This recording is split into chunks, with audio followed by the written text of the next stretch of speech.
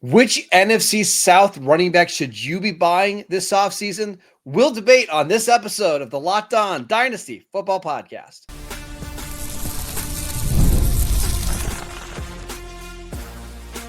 You are Locked On Dynasty Football, part of the Locked On Podcast Network. Your team every day. Here are your hosts, Marcus Mosher and Kate Madjuk. Welcome back to this edition of the Locked On Dynasty Football Podcast, part of the Locked On Podcast Network, your team every day. We'd like to thank you for making us your first listen of the day. This episode is brought to you by PrizePicks. Go to prizepicks.com/LockedOnNFL and use promo code LockedOnNFL, all lowercase, to win $50 instantly when you play $5. Welcome back. I am your host, Marcus Mosher. You can follow me on Twitter at Marcus_Mosher. Joining me today, as always, is Kate Madjuk. You can follow her on Twitter at Kate Madjuk. On today's show, we're continuing with our divisional series, looking at the NFC South. And Kate, you and I have some different views on these running backs. Let's start with the ones that we're buying. Who are you buying first from this division? I'm kind of I'm just going to preface this. So we have a bit of a saying here on Locked On Dynasty that we're never buying running backs. It's a 1 to 2 year position. Beware, beware, beware. I'm throwing that all out the window and I'm going all in on Chuba Hubbard, running back for, the Panthers. I'm going all in on a Panther. I'm not feeling super, super excited about that sentence, but man, is there a guy that didn't earn himself all that opportunity and then some, now gets the runway basically cleared in terms of opportunity share with yet another devastating knee injury to Jonathan Brooks, who everybody was very excited about. The Panthers already showed us that they were bought in to Chuba Hubbard, offering him a long-term extension, made him one of the highest paid running backs in the NFL. He backed that up with a stellar 2024 campaign. Now an injury has cleared the way for an increased opportunity share moving forward.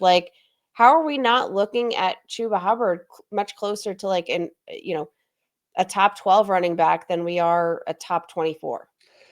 Because I think people are viewing Hubbard as a 1-year option, right? Because it's been pretty well established that Jonathan Brooks is going to miss the entire 2025 season, but the expectation is that he's going to be ready in 2026, and the Panthers are just going to give him even more time to be ready. There's a good chance there's 18 to 19 months that go by between when he got hurt to when he plays his next game. But that means that Hubbard, who just got a contract extension last year or this year, is going to be the clear-cut running back here. And I think with the Panthers already spending a second-round pick on Jonathan Brooks, with them already extending Chuba Hubbard, they're just not going to bring in any other competition for 2025. And that means it's full system go for Hubbard. It's just, what does the long-term value look like? Who cares? We don't care, right? If you're being valued as a running back outside the top 10, we just don't care what your long-term value is. And I think every week, Kate, moving forward with Chuba Hubbard, we're going to be ranking him as a top, 10 fantasy running back, top 8? Yep. And here's the thing, Marcus, you mentioned the fact that it's going to be, a long time before I think we see Jonathan Brooks play football again. Really unfortunate. He was our top running back in this class. We thought he was the most complete, and the biggest kind of point of hesitancy that I think kept him out of first round contention was the fact that he had that ACL injury. And you've got to give the Panthers their credit. They were abundantly cautious with Jonathan Brooks. I think they did look at Jonathan Brooks as a guy they wanted to work along slowly because they thought he was the future of the position. And maybe they're still not wrong, but they were already abundantly cautious in terms of how quickly we saw him in the mix, right? I believe he suffered his first ACL injury in November. We didn't get a glimpse. It was a long time. We thought maybe we'll see him in week 3. I think that was the initial timeline that had come out about Jonathan Brooks and potentially when we'd see him in the lineup. That didn't happen. And then it was week 5, and then it was week 6, and then it was like the timeline kept getting extended. And then finally we see him make his debut in week 12. And it wasn't but 9 carries later that we see him tear his ACL again. I wouldn't be surprised if they're even more cautious this second go around. And then Marcus, all of a sudden, you have a running back heading into year 3 that hasn't played much professional football. Already pretty inexperienced coming out of Texas because he was playing behind Bijan Robinson, behind Roshan Johnson. Like, I think there's a lot of raw talent there, but also when you've been on the bench for 2.5 years. So what would you trade for Chuba Hubbard? Would you give up a second round pick in a loaded running back class for Chuba Hubbard? Does that sound too rich? Oh, absolutely. I would. Okay. I'm actually there with you because I think when you look at who's going to be drafted in the first round of your rookie drafts, it's going to be almost all running backs.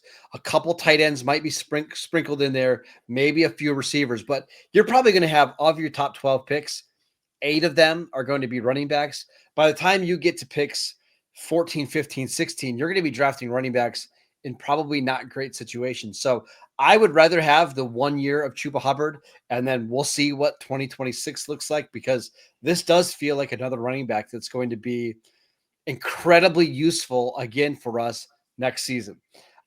Kate, I want to tell you about my buy from the NFC South, and I'm not going to take a lot of time on it, but it's Drake London, who's already being drafted as wide receiver 10.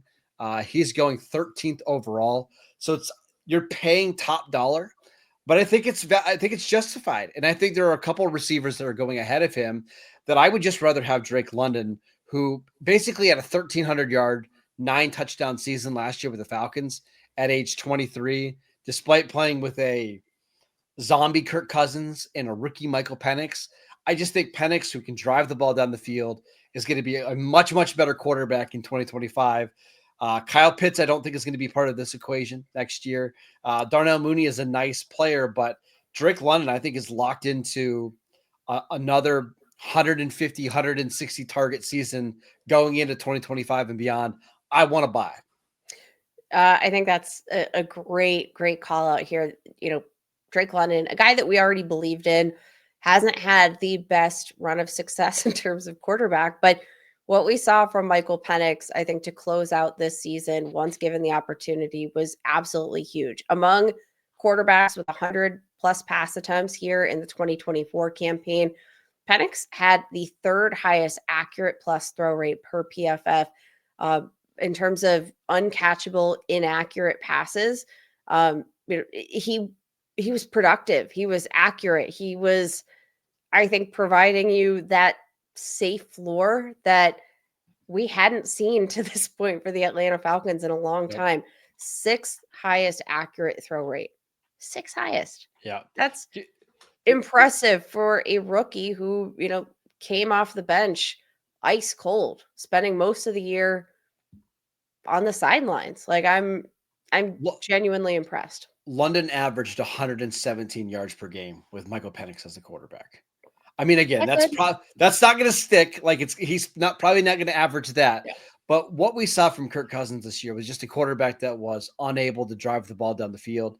And that's what Penix does the best. So I think London, again, who's only 23 years old right now, I want to buy him right now at wide receiver 10. I'll continue to push that ADP up. He's just somebody that I absolutely want on every single last of my dynasty teams.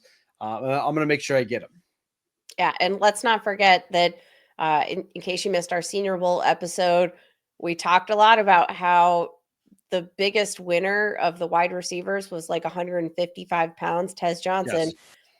This is not a great wide receiver class that you are going to be able to, I think, load up on in terms of immediate producers. And our biggest takeaway was not about any of the guys at the Senior Bowl. It was about the fact that if you're in need of a wide receiver, this is the time where I think you should feel comfortable paying up to go get your guy in the trade market, invest a little bit more heavily if you're in a startup draft with those wide receivers, because of the fact that this isn't probably going to be the draft class where you find a lot of answers. So like, yeah, if I can trade some of my draft capital and go get a guy like a Drake London who, finally starting to hit his stride, these are the types of investments that I want to make in my dynasty leagues that I think are going to pay dividends long term.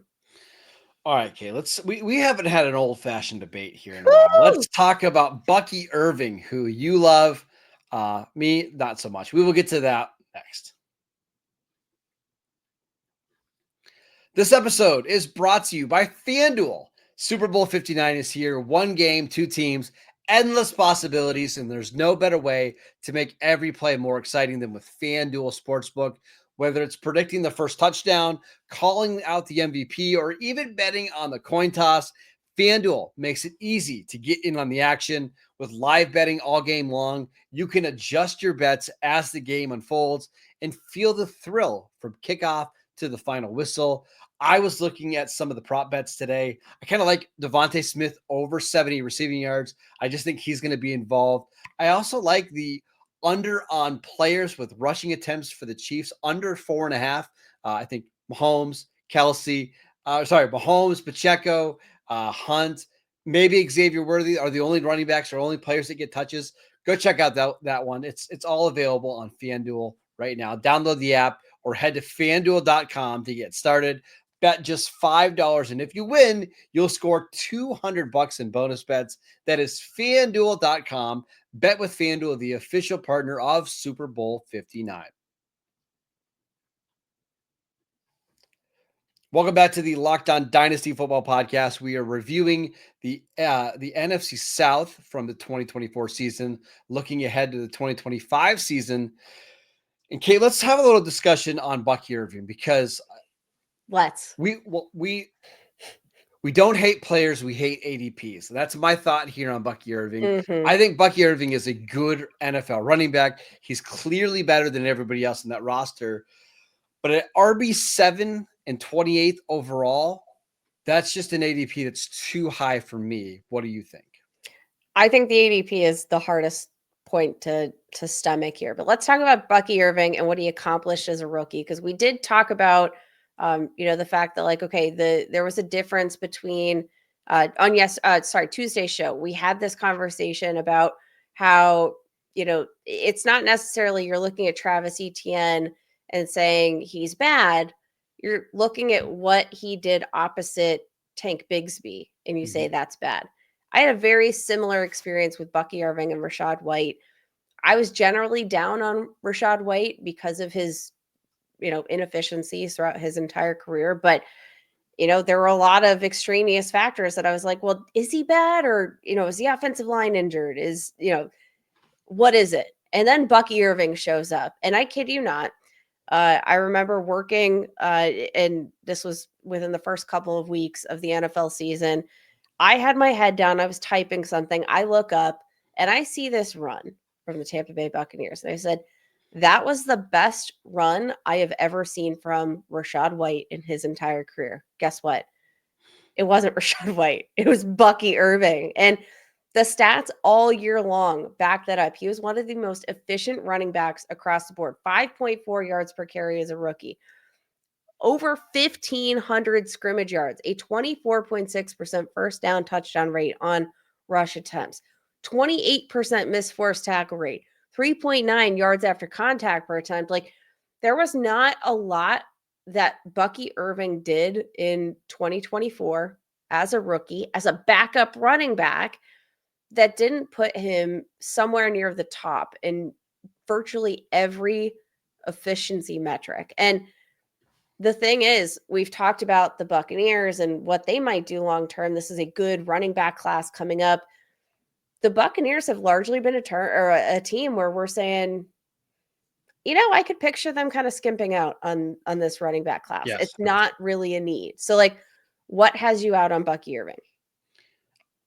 I'm worried a little bit about the offense without Liam Cohen, because I think he's a really good play caller, and I think he did a really good job of designing this run game. And I think we had the same concerns with Dave Canales, though. I know it's true. Now both those guys are head coaches. We'll see. I just worry about 3 different play callers in 3 straight years. maybe they're not able to replicate that success. And again, to me, it's more about the ADP. When I'm looking at players like, if you need a quarterback, Josh Allen is being drafted behind Bucky Irving, or I'd just rather gamble on the receivers like Chris Olave, Jordan Addison, Xavier Worthy, who are being drafted way after. For me, as a dynasty strategy, I would much rather build my roster up with receivers and then take chances with guys like Chuba Hubbard later and kind of piece together the running backs. I look at the running backs that are being mentioned there, right? Like look at the guys that are being drafted ahead of him. Bijan, Gibbs, A-Chain, Hall, Jonathan Taylor, Saquon Barkley. I just think all of those guys are better players and were better prospects than Bucky Irving. And that's not to take anything away from Bucky Irving, but I just don't view him as the same caliber of player. And it's why I would rather sell high now while his value probably will never get higher and cash in those chips for something else. I think that's a very fair argument. I love Bucky Irving. The price tag is definitely it's a rich one. And I'm probably I'm one of those people. I'm the same way as you. I like to construct my dynasty rosters built on wide receivers, positions of stability, and then, running back. It's just a more temporary position in the NFL, more temporary position in dynasty altogether. So build your core elsewhere, but I get the price tag's a bit rich. Yeah. Anybody else from the NFC South you're selling? What about these quarterbacks, Kate?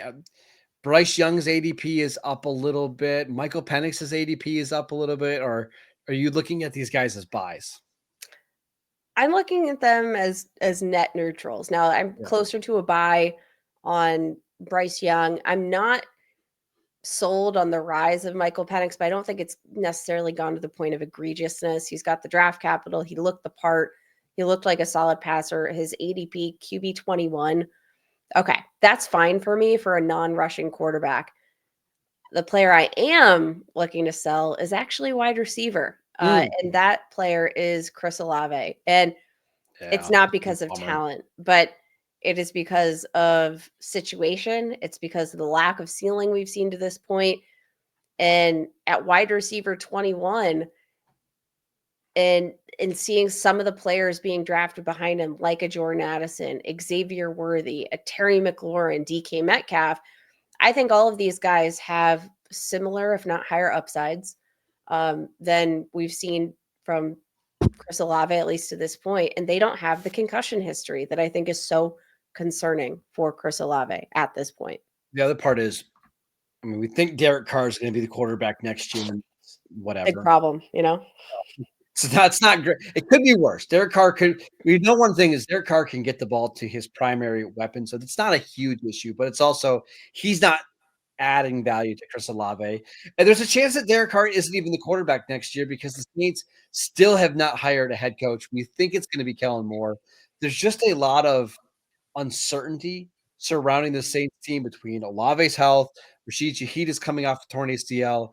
Taysom Hill's coming off a torn ACL as well. The running back situation, they signed Alvin Kamara, but Kendre Miller has been in the doghouse with a previous coaching staff. What will the new coaching staff look like? It's a mess. And I don't blame anybody at all. They just want to get out of the Chris Olave business.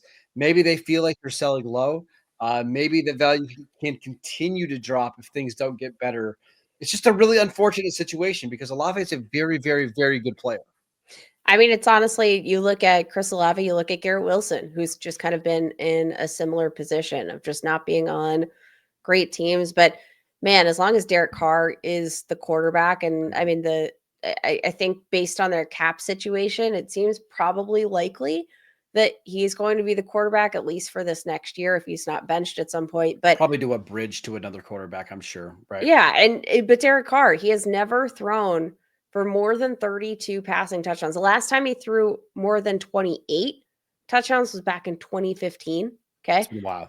2015. Last time he threw more than 27 touchdowns was 2016.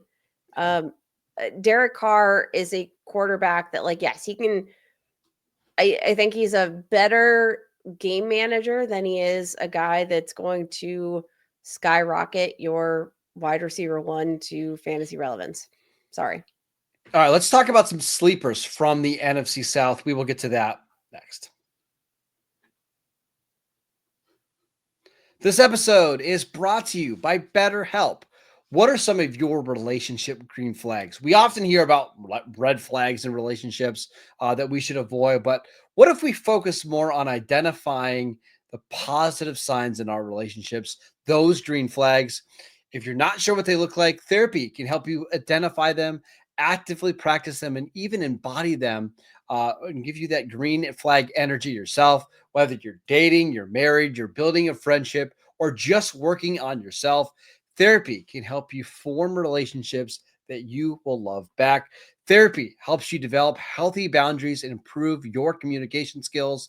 It empowers you to set clear expectations and express your needs in relationships. BetterHelp makes it easy by offering online therapy with over 30,000 licensed therapists to choose from. And if you need to switch therapists, you can do so at no extra cost. Discover your relationship green flags with BetterHelp. Visit betterhelp.com/lockedon today to get 10% off your first month. That is BetterHelp, HELP.com/lockedon. Welcome back to the Locked On Dynasty Football Podcast. We'd like to thank you for making us your first listen every single day. For your second listen, check out the new Locked On NFL show. 2 shows every single day. 1 in the morning with Tyler Rowland, 1 in the afternoon with Tony Wiggins, available wherever you get your podcasts. All right, Kate, let's talk some sleepers from the NFC South. Who do you got?